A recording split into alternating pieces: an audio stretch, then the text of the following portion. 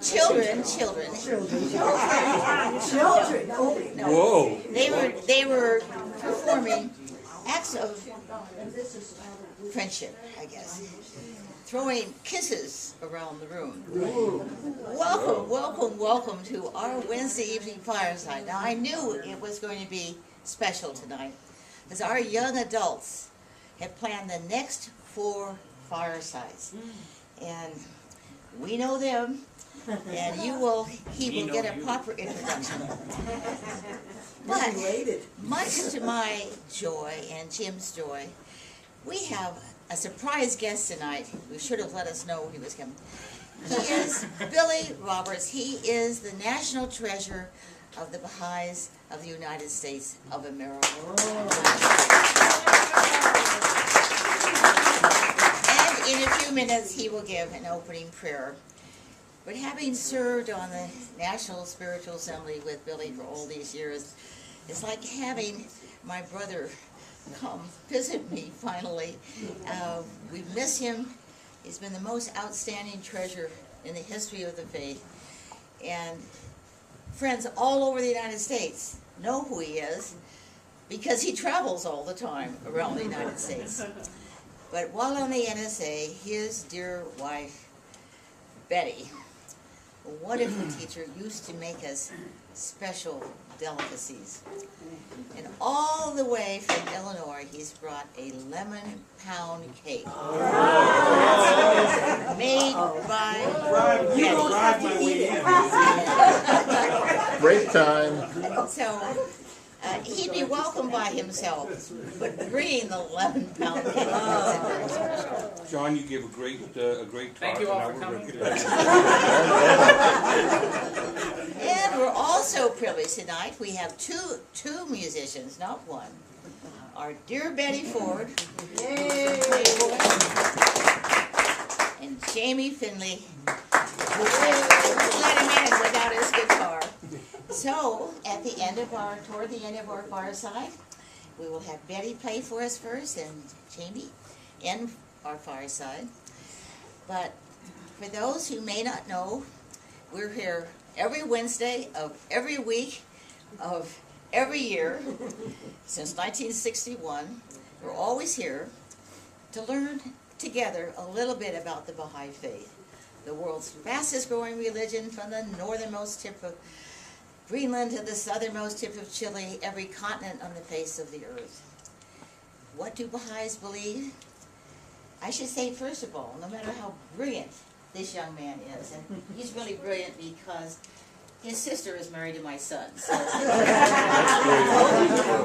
She's the beautiful young lady in the picture over there. But Johnny, Jim will tell you all about, is a very special person. But he's not a mullah, he's not a priest, he's not a minister, because in the Baha'i Faith, we believe in the independent investigation of truth, and Baha'u'llah said, there was a time for clergy, that time has passed. And Baha'is believe basically in one God, whether we call that God Allah, Jehovah, Mr. X, the creative force, and that God is an unknowable essence. So how do we know of God? We believe that we know of God through the messengers God sends every 500 to 1,000 years. It could be a Krishna, a Buddha, a Zoroaster, a Moses, a Jesus, a Muhammad.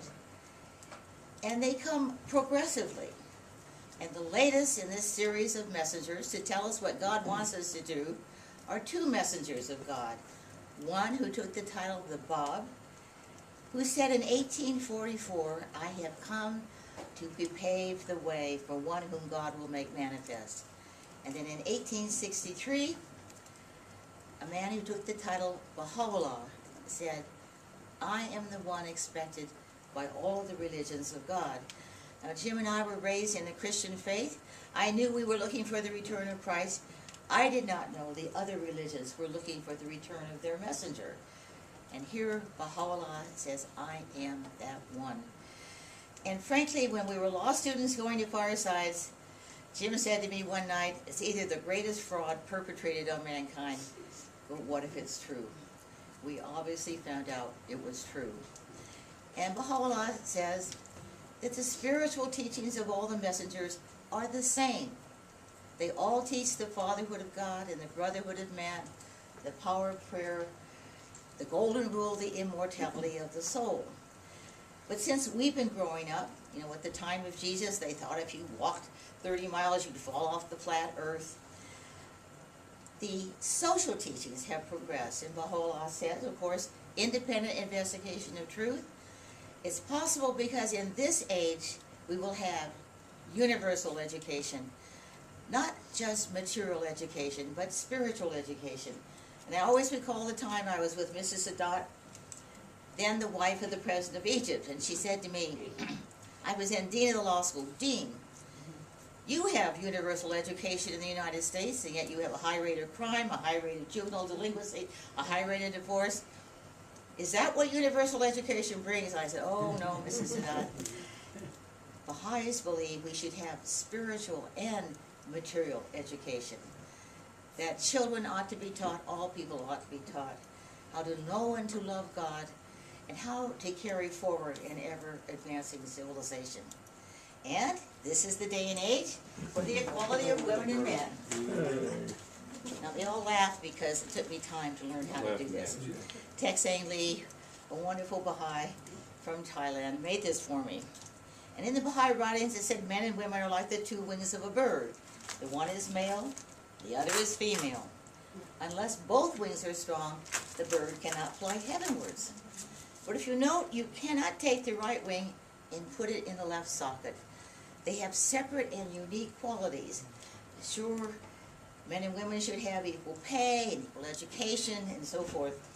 But there are very special qualities described in the Baha'i Faith that make it necessary that women achieve high policy-making positions in laws and politics before we will have peace in the world. So it's a very important principle.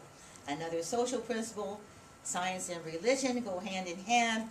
If they don't appear to, we're either being materialistic or superstitious. And there are so many wonderful teachings: abolition of racism, abolition of prejudice of all kinds, a spiritual solution to the economic problem. Just guess if we all obeyed the golden rule. Would we be in an economic crisis that we have today? It absolutely would not exist.